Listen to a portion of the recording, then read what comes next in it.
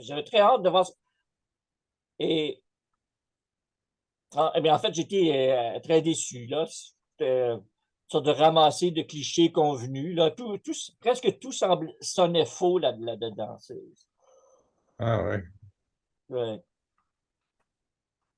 Ben, c'est drôle. Moi, j'ai ressenti beaucoup d'émotions tout le long du film. Mhm. La musique était intéressante énormément. Je veux dire, on voyait le pianiste, on sentait son émotion. D'ailleurs, j'ai jamais eu l'impression que ce pianiste était doublé. Parce qu'elle ne l'était pas, c'était elle qui jouait.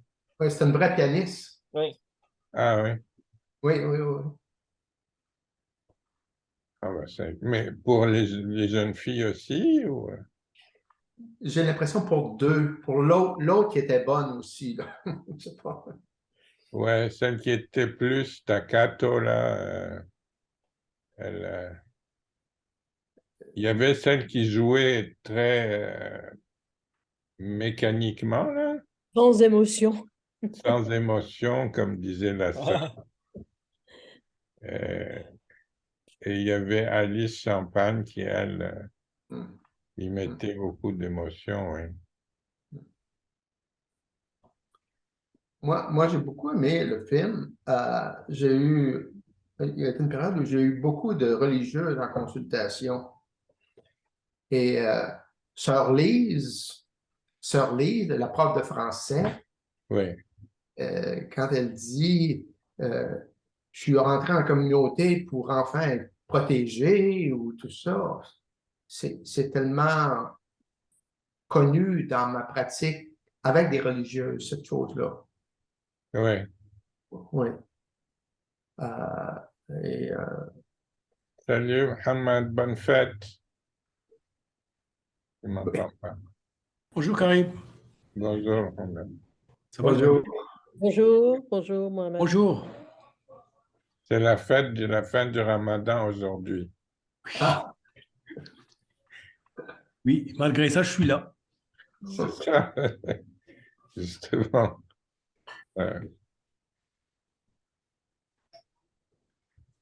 Ouais, c'est ça. En fait, moi, je n'ai compris le film qu'après la deuxième vision. Euh, c'est toujours comme ça, parce que j'ai des intuitions lors de la première vision, mais ces intuitions se confirment un petit peu toutes seules lors du deuxième visionnement. hum, Euh, En fait, mettons que ce qui transparaît tout le long du film à beaucoup de niveaux, c'est la question du rythme. Euh, Nous avons le rythme de la musique et nous avons le rythme de la parole et nous avons aussi le rythme de la gestion administrative. Et euh, alors, je suis en train je suis presque de terminer l'analyse là en disant ça, mais en tout cas, il faut bien que je ne sais pas comment le prendre autrement. Euh, alors, il y a bon, il y a une scène où il y a la sœur, celle qui devient Simone Beaulieu, mais je ne sais pas son nom de Augustine? Augustine? Augustine. Ah, mais oui, suis-je bête. Quelle coïncidence! C'est le titre du film. Oui, La passion d'Augustine. mais oui. Alors, il y a Augustine qui donne, il y a une des élèves qui joue une pièce de Mozart, et là, Augustine dit, il est drôle ce Mozart, dès que il nous apporte une mélodie, hop, il se dégage de cette mélodie un peu plus loin et il nous en apporte une autre, ou je ne sais pas trop ce qu'elle dit. Non, mais je pense que ce qui m'a frappé, c'est justement c'est ce qu'elle dit, c'est comme c'est à l'effet que il fait ça pour, pour, pour le plaisir, en fait, pour sentir sa liberté. Il prend des libertés pour sentir sa liberté. Voilà, c'est ça, c'est ça. Alors, on est surpris, bon, par cette idée de liberté, justement, que Mozart prend. Et d'ailleurs, on apprendra plus tard que Mozart était aussi irrespectueux des règles que Alice Champagne, ou Alice Champagne était aussi... Mais, pendant qu'elle jouait au concert, la nonne musicienne dit à Augustine, on a notre deuxième Mozart, ils sont tous les deux Aussi aussi rebelle, oui. rebelles que géniaux. Hein, Non, c'est ça. Elle est aussi rebelle que l'original, c'est ça. ouais, c'est ça. Alors, et quand Alice arrive au couvent et qu'elle joue la pièce de Bach d'une façon comment il s'appelle là, celui qui jouait Bach d'une façon originale, Gould. Gould, oui. Elle jouait Bach à la Gould. Hein? Je ne sais pas d'ailleurs si à ce moment-là Gould était connu, probablement. Effectivement, oui, c'était presque son apogée, en fait. Oui, oui. Enfin, il arrivait à la célébrité. Oui. C'est ça. Et donc, elle joue de cette façon. Alors, Augustine lui dit, écoute, pas question, il va falloir que tu te disciplines au niveau du rythme. Hein. On n'est pas... Le fin mot de l'histoire, c'est l'improvisation. Tu n'as pas le droit d'improviser tant que tu n'as pas totalement respecté les règles. Ou bien, tu improviseras après avoir passé le concours, parce Oui, que c'est ça. Oui. si, s'il y a une note qui manque ou une attaque trop appuyée, je ne sais pas quoi, là, qu'est-ce qu'elle a dit, là, tu es recalé, quoi. Oui. Oui.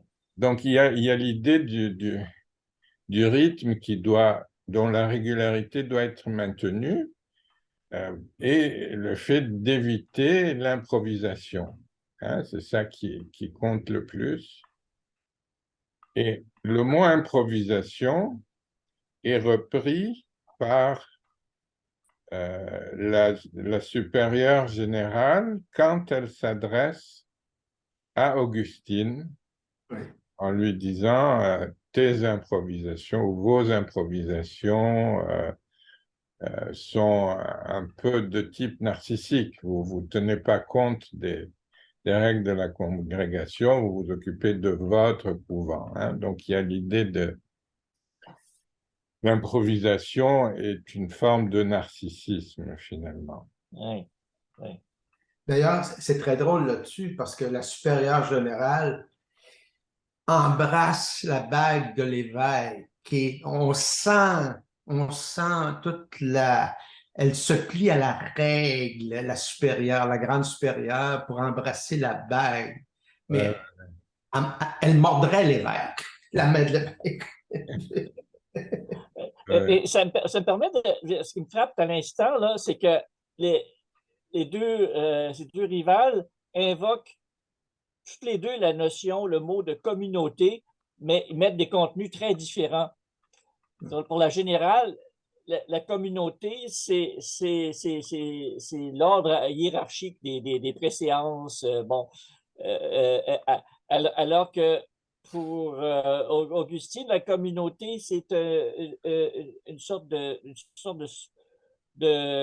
solidarité horizontale, en quelque sorte, ou de consultation. Là, mais, ah oui, Local. c'est ça. L'idée, par exemple, c'est l'idée que les riches paient pour les pauvres, etc. Donc, on voit deux conceptions de la communauté et donc de l'Église qui s'affrontent. Oui. C'est-à-dire que l'idée de Marie Tifo, là-dedans, de la générale, c'est une idée totémique.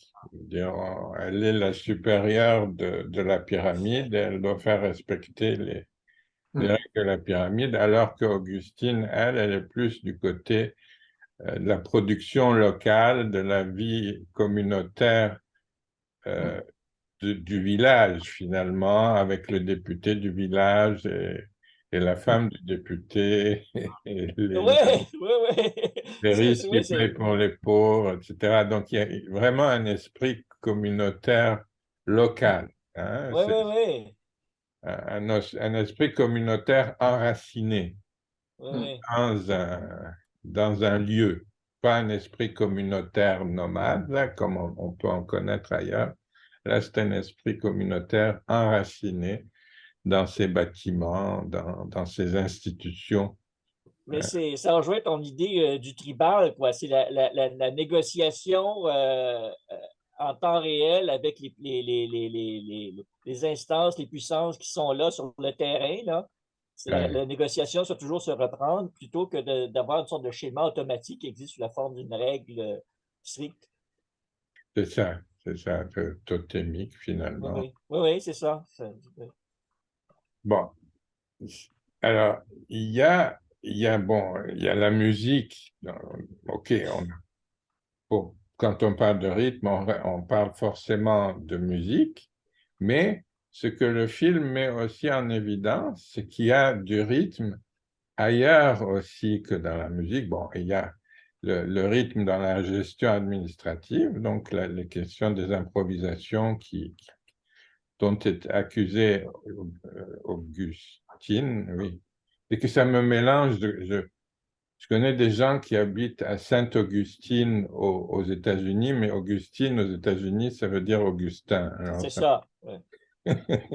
alors, je sais plus, je sais plus s'il faut dire Augustine ou Augustin. Euh, alors, mais il y a aussi le rythme de la parole, ce qui est mis en évidence dans le film, juste à côté de la musique, c'est le rythme de la parole. Alors, il y a d'abord la fille Beg, hein, qui s'appelle, je ne me rappelle plus son nom, qui est une fille vraiment intéressante, hein, et, et cette fille Beg est associée à qui? Est associée à Sœur Lise, qui est, elle, la professeure de français. Et Ah oui. elle joue d'un instrument de musique, comment elle dit ça? D'une orgue, Le plus grandiose, le plus magnifique, qui est l'orgue de la langue française. c'est ça, c'est ça. Ouais. Et donc, c'est elle qui met en évidence la problématique rythmique de la fille bègue, hein, en lui demandant de répéter obtus, obtus, je ne me rappelle plus, Oui, obturer, obtus, obtus, l'obus, oui. obtus, quelle drôle d'idée. Et, Et donc, l'autre, elle passe dans le registre de la musique, où là, tout coule de source, comme magiquement. Hein? Mais la bègue, là, comme beaucoup de bègues, elle peut oui, chanter magnifiquement. c'est ça, en chantant Tino Rossi sur une musique de Chopin. Et, Tino Rossi, hein, revu par Tino Rossi. oui, oui, c'est ça. Qu'est-ce que j'avais dit, moi? J'ai dit autre chose. De Chopin, mais c'est vrai, la mélodie de Chopin, mais la chanson, Ouais, de Tino Rossi, c'est de Tino Rossi. c'est ça. Et donc, on dirait que cette fille a un interdit du rythme ou un excès de rythme. euh, et, et donc, cet excès de rythme, bon, il n'est plus excessif quand elle associe la musique à la parole. C'est-à-dire quand on lui impose un rythme qui est extérieur à la parole. Mais le rythme qui est dans la parole est trop restrictif pour elle. Alors, il faut ajouter un rythme qui vient de la musique et à ce moment, il n'y a pas de souci. Elle adopte le rythme musical et elle peut parler en chantant. Hein.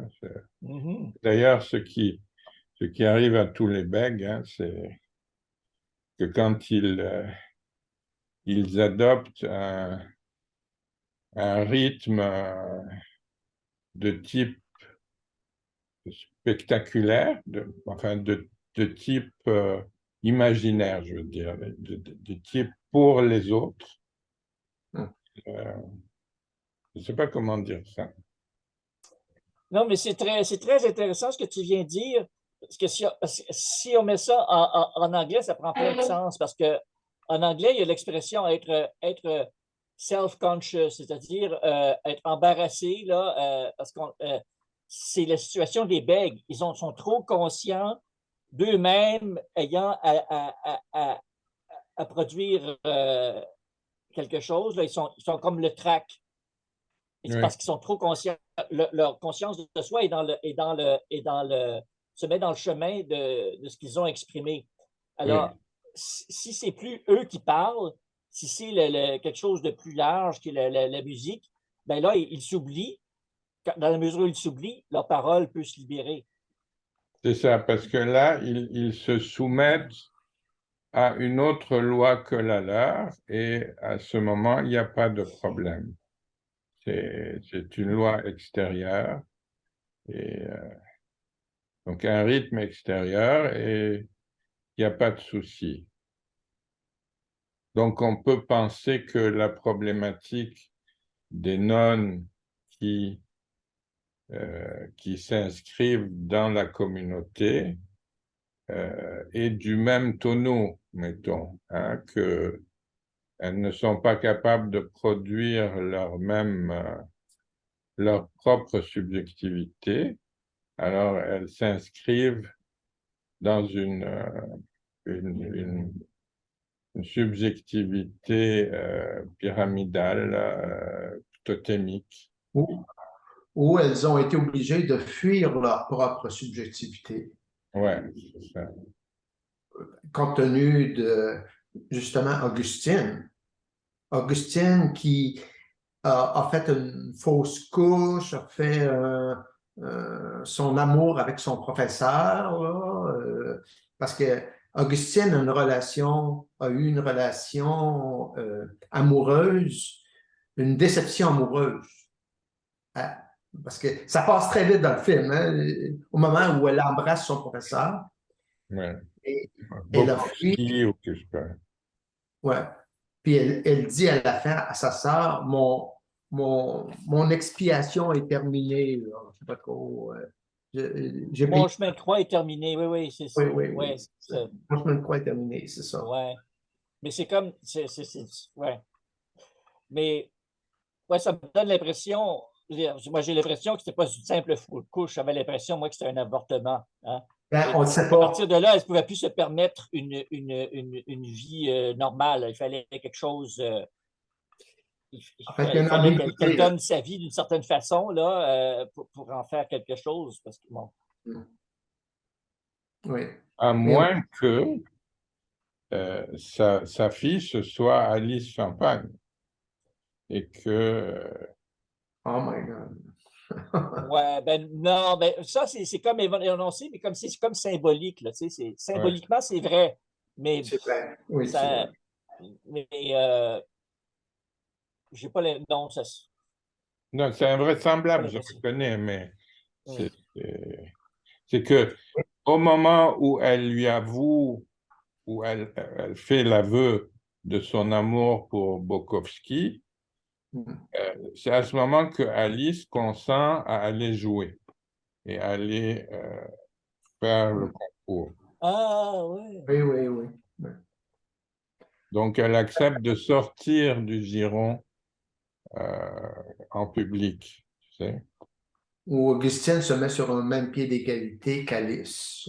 Oui, mais ce qui permet un échange intéressant, c'est dans la mesure où celle qui représente la règle montre qu'elle aussi était susceptible au jeu et même aux entorses à la règle, que celle qui est libre et qui rue dans les brancards accepte de se soumettre au joug de la règle. Hein? Parce que là, on admet à la fois la règle et le jeu. Le jeu à partir de la règle et la règle à partir du jeu. Hein? Les deux positions sont face à face. Ah oui.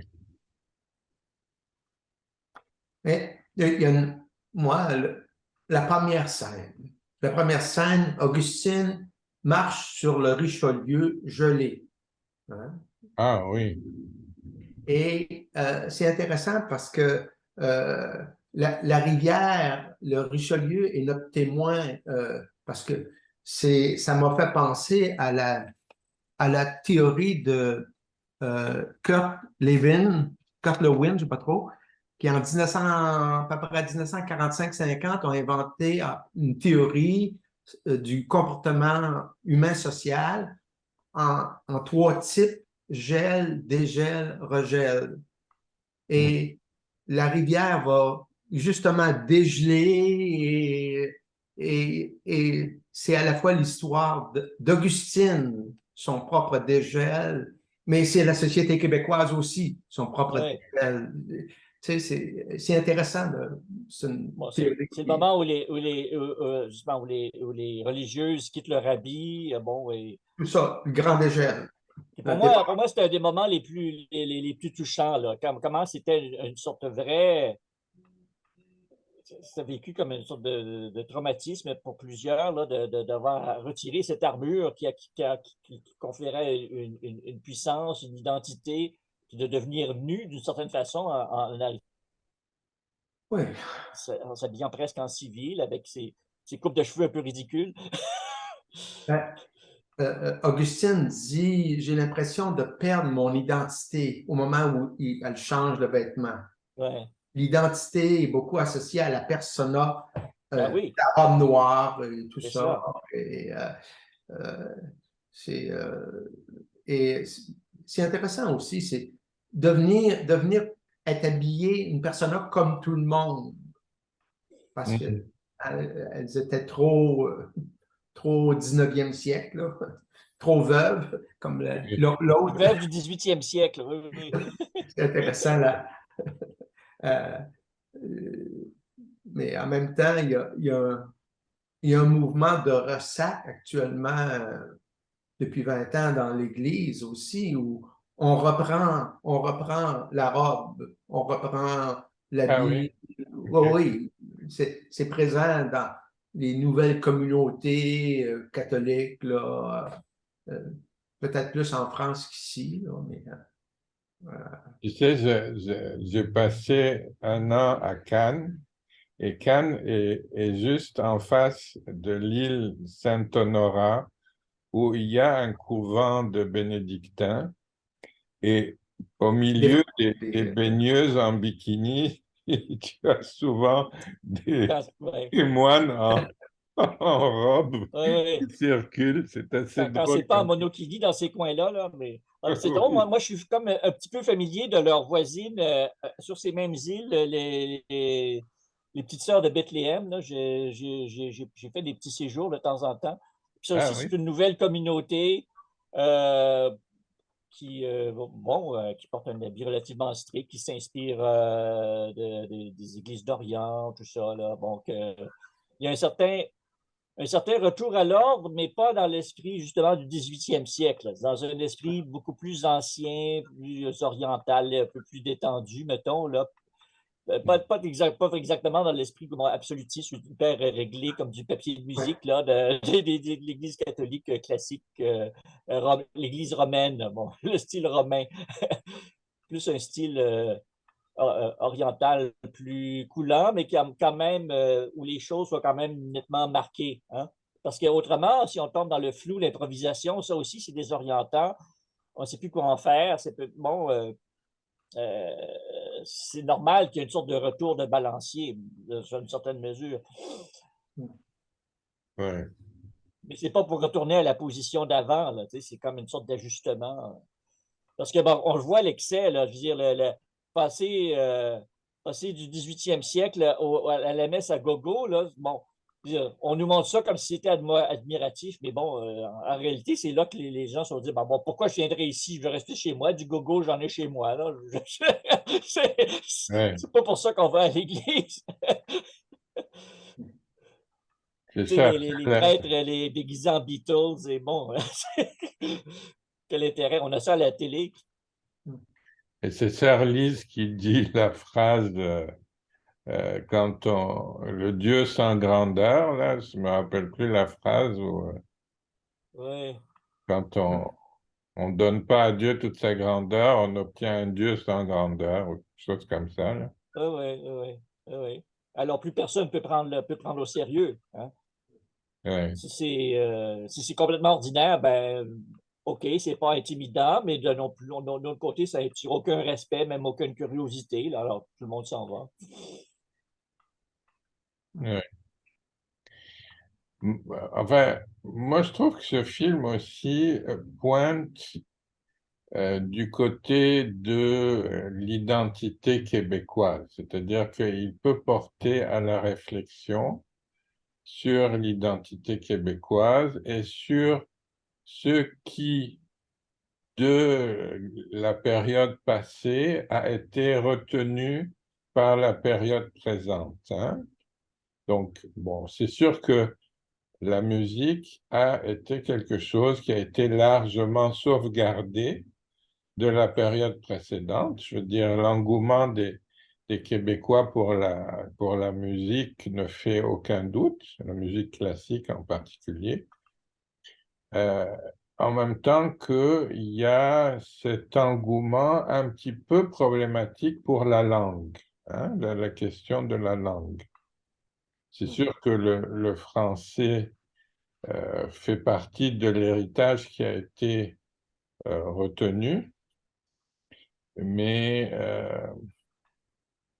on dirait que il est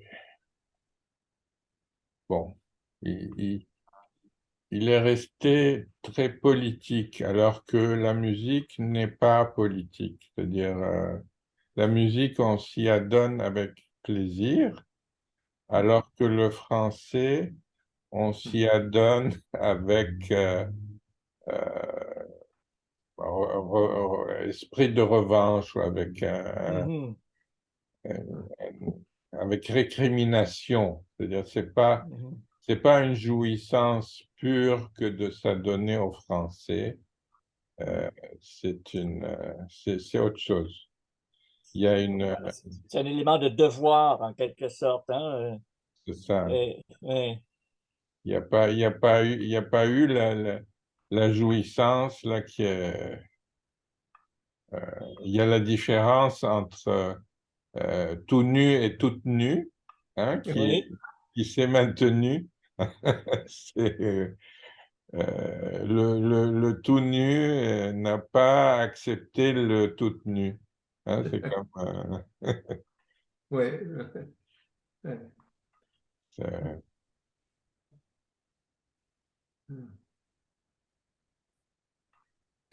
J'ai l'impression aussi que pour des gens de l'extérieur qui veulent, des gens qui immigrent, qui veulent avoir une idée de à quoi ça a ressemblé, ce qu'on a appelé la Révolution tranquille, ben, ce film-là exprime bien la chose.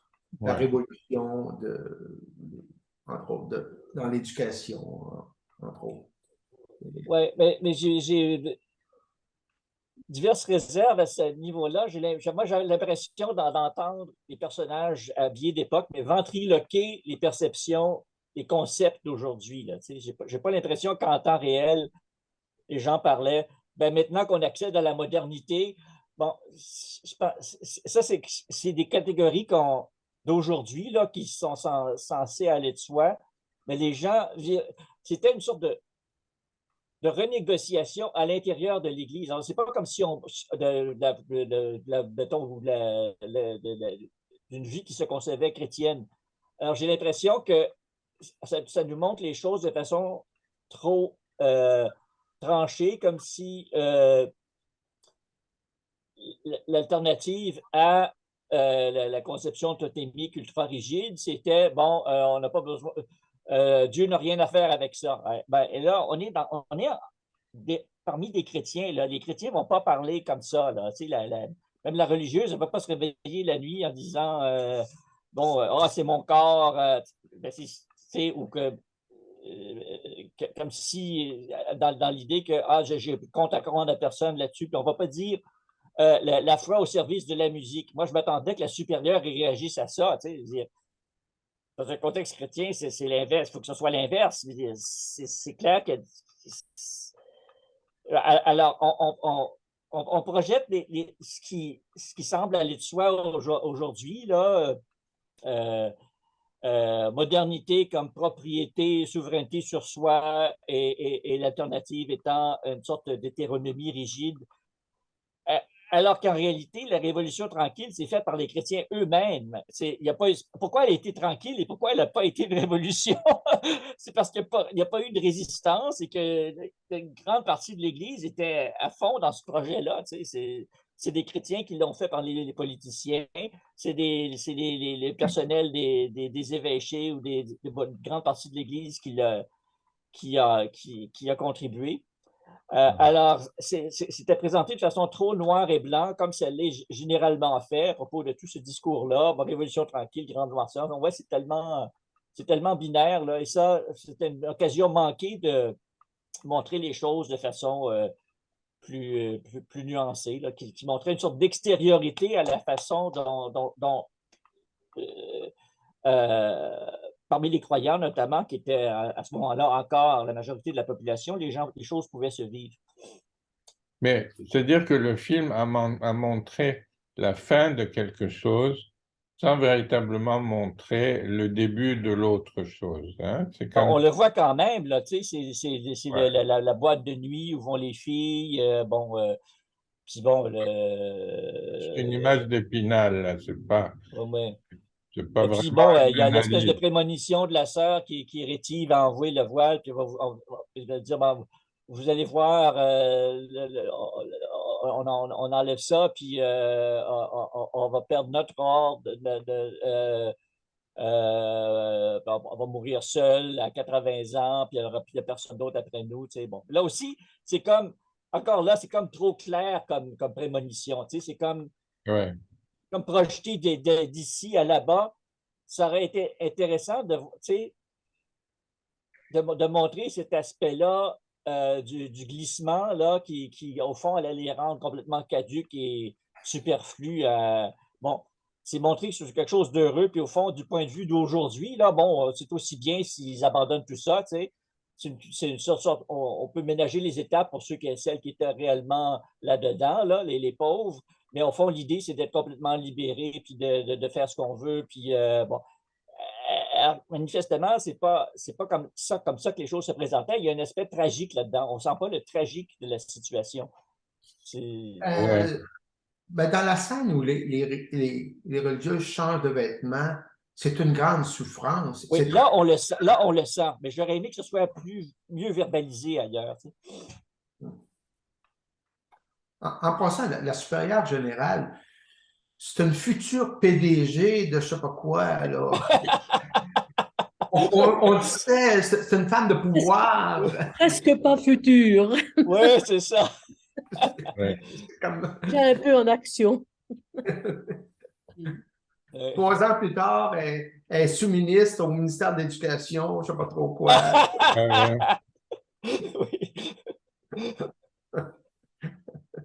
C'est-à-dire la théorie qui sous-tend la Révolution tranquille me paraît très semblable à la théorie qui sous-tendait mai 68. J'ai l'impression que les deux phénomènes, même s'ils ont connu des formes en apparence très différentes, me paraissent fondés sur les mêmes raisons. C'est-à-dire que bon, mai 68, c'est basé sur quoi? Sur la pilule, tout simplement. C'est-à-dire que la capacité de pouvoir pratiquer la sexualité sans risque et accessible à n'importe qui, bon, a contribué largement là, au mouvement qui a engendré mai 68. Et à mon avis, ne serait-ce que par la simultanéité, la Révolution tranquille est peut-être s'origine peut-être de la même façon de toutes les facilités que la modernité nous a offert. Hein, Ça dépend de quoi on parle, parce qu'au point de vue institutionnel, ça s'est fait en 6 ans, quoi. Bon, sans tambour ni trompette, là, c'était rapide, mais c'était pas révolutionnaire. C'est qu'ensuite, sur le plan de l'intelligence et de la culture, ah non, non, il ne faut pas s'arrêter en si bon chemin, il faut aller au bout, puis il faut rejeter surtout tout ce qui peut rester de chrétiens là-dedans. Il faut aller au bout avec l'héroïque peuple du Vietnam. Là, on rejoignait le mouvement de 68, mais en marche. Mais ce n'est pas comme ça du tout que ça a commencé. L'essentiel, institutionnellement, était déjà fait de façon très, très sage et libérale et nord-américaine. C'est une sorte de rattrapage intra-nord-américain. Bon, il y avait et même à peine un décalage, parce que les années 50 ont été pareils partout, dans tout le monde occidental. Bon, c'est une sorte c'est un climat de guerre froide, un peu contrôlant, un peu artificiellement conformiste, alors que tu avais la société de consommation qui, elle, poussait à jouir sans entrave, quoi, puis qui en donnait les moyens avec la pilule.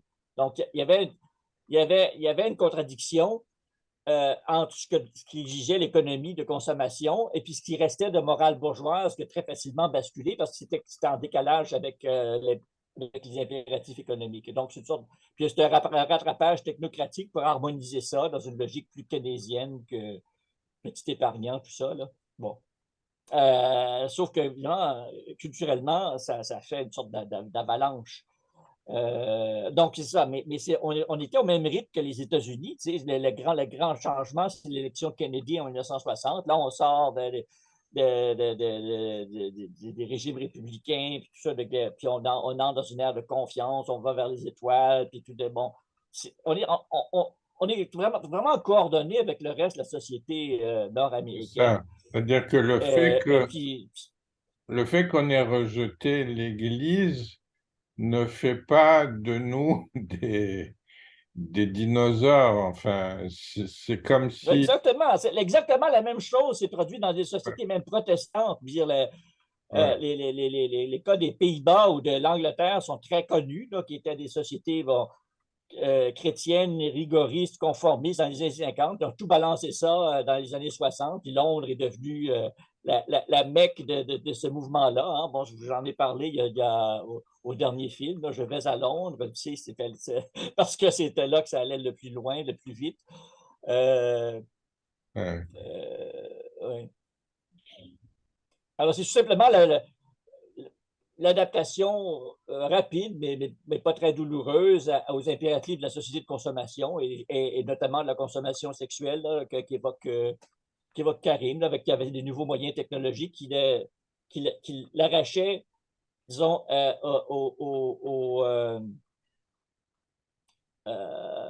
aux aspérités, en quelque sorte, de la reproduction sexuée, avec tout ce qu'elles impliquent d'implication sociale. Mais là, nous Ouais. sommes pris avec d'autres facilités que les facilités concernant la sexualité. On est pris avec des facilités de communication qui font qu'on reste chez nous au lieu d'aller au travail. On est pris avec des facilités de rédaction. On peut faire écrire des lettres à ChatGPT sans se casser la tête. On est pris avec une cascade de facilités qui nous transforme. Chaque facilité ajoute une transformation à notre être. Et bon, on ne sait pas vers où ces facilités nous mènent, mais on y va. Toujours plus vite. C'est ça qui est intéressant, c'est l'idée de facilité. Alors, ce film nous, nous indique où la facilité a un impact. La facilité a un impact dans le rythme. Si j'ajoute une facilité, je suis moins contraint par le rythme. Et bon, est-ce que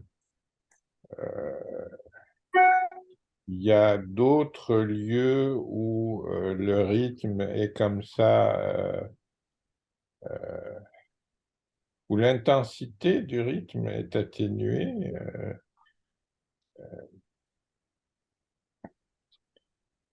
Et bon, la parole, la musique, la gestion, où il y a les déplacements, hein, les transports, mais tout ça est gouverné par un principe intérieur qui est la quête de la facilité, de la jouissance narcissique, de l'identité à soi et pour les autres. Il y a cette idée-là qui sert au fond d'attrait, de guide. Je cherche mon intérêt, je cherche ma facilité, euh, je cherche à inscrire mon nom au lieu d'être un simple numéro dans une hiérarchie. C'est ouais, c'est un principe sous-jacent là, qui jusqu'à présent a prédominé. Bon, il y en a qui résistent en prenant la frugalité, en prenant l'ascétisme, en prenant le minimum.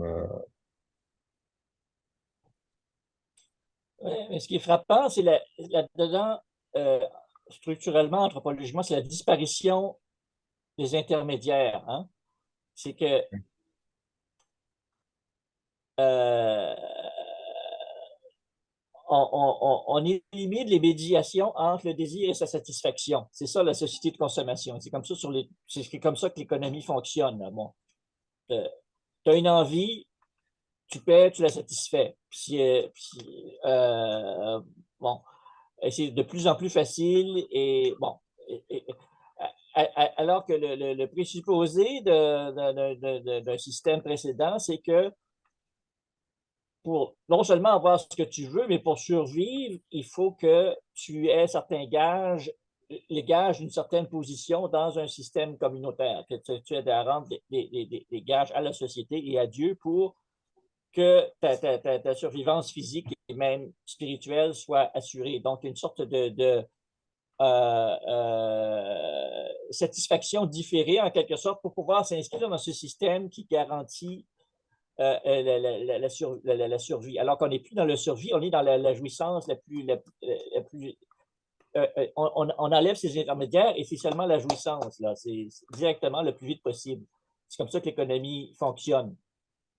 Et bon, et c'est difficile de montrer ça comme quelque chose de rebelle aujourd'hui, alors que c'est exactement le sens même de l'économie, réduire la friction qui peut exister entre un désir et sa satisfaction pour qu'il y ait plus de consommation possible. Hein. Et il y a moins de consistance possible aux liens communautaires et culturels, sinon en marchandisant tous leurs éléments individuellement comme des objets de consommation là, qui peuvent entrer dans ce circuit direct complètement binaire. Il y a le moi et l'objet. Il n'y a pas le nous pour avoir accès à la possibilité de continuer avec ma persona sociale et bon, et un certain confort psychologique. Non, c'est même plus actif. Ouais. Il faut que ce soit la jouissance maintenant ou en tout cas escomptée, différée seulement dans la mesure où on peut en escompter de façon plus directe. Oui, mais enfin, on peut rapprocher ça de la notion de rythme.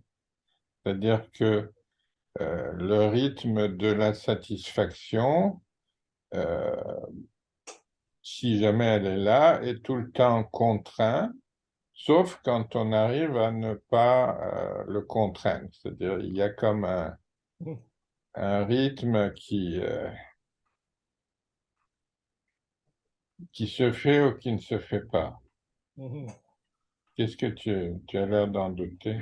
Oui, Est-ce Cécile. Ah, que tu veux dire, Christian, que la satisfaction précédemment, il fallait la mériter?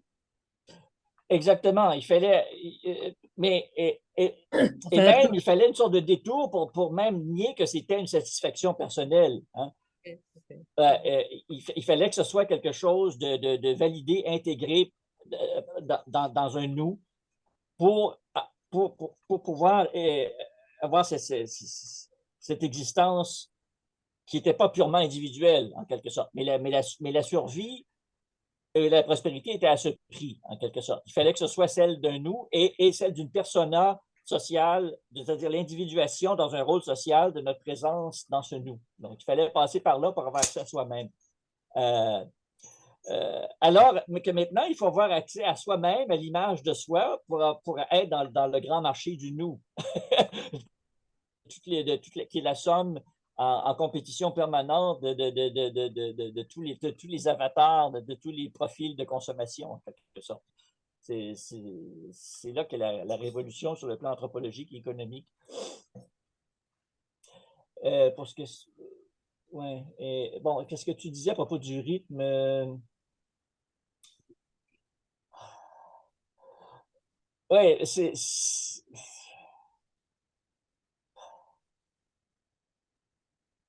c'est-à-dire que le rythme, au fond, c'est une interruption. C'est une interruption régulière de sons, de mots, c'est une interruption de flux. C'est ouais, ça le rythme. ouais. Alors, le flux des satisfactions peut être aussi interrompu que le flux des mots et des sons, tu sais. Donc, il y a un rythme obligatoire du mot, des sons pour l'intelligibilité.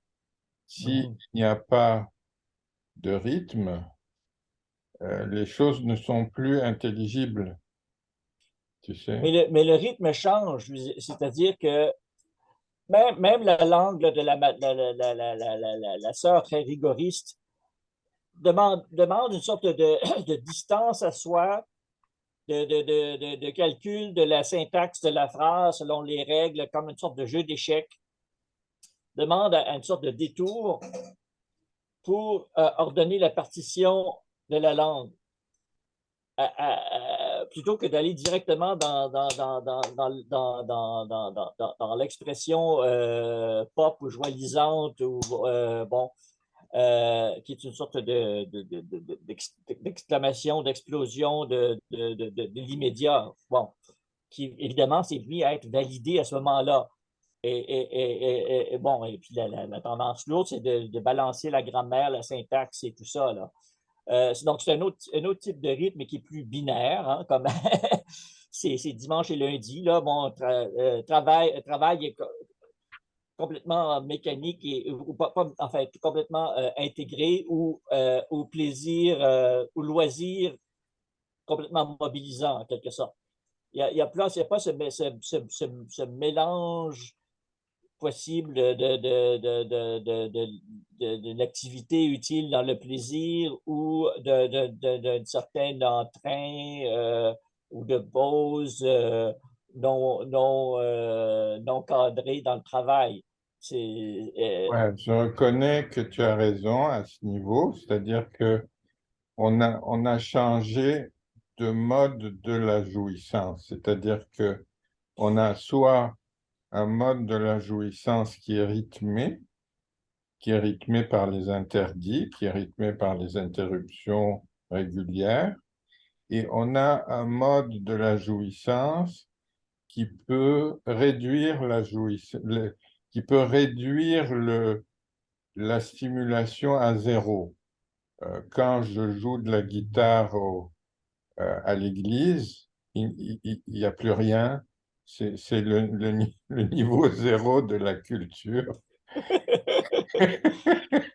Et c'est une perte pour la guitare et pour l'Église. Hein. Je veux dire, ça marche à aucun des deux niveaux. C'est du mauvais pop et de la mauvaise messe.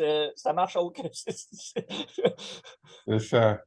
À ce moment, si tu veux, l'opposition n'est plus une opposition entre quelque chose qui monte et qui descend, qui est rythmé.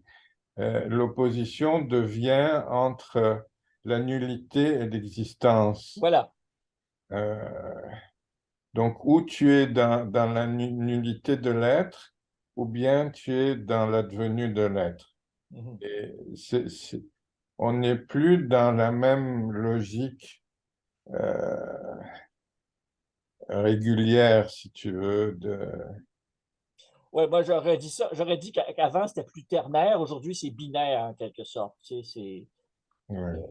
C'est clic-clac, clic-clac, clic-clac. C'est vraiment comme le bon, c'est comme les interrupteurs, c'est comme les codes binaires,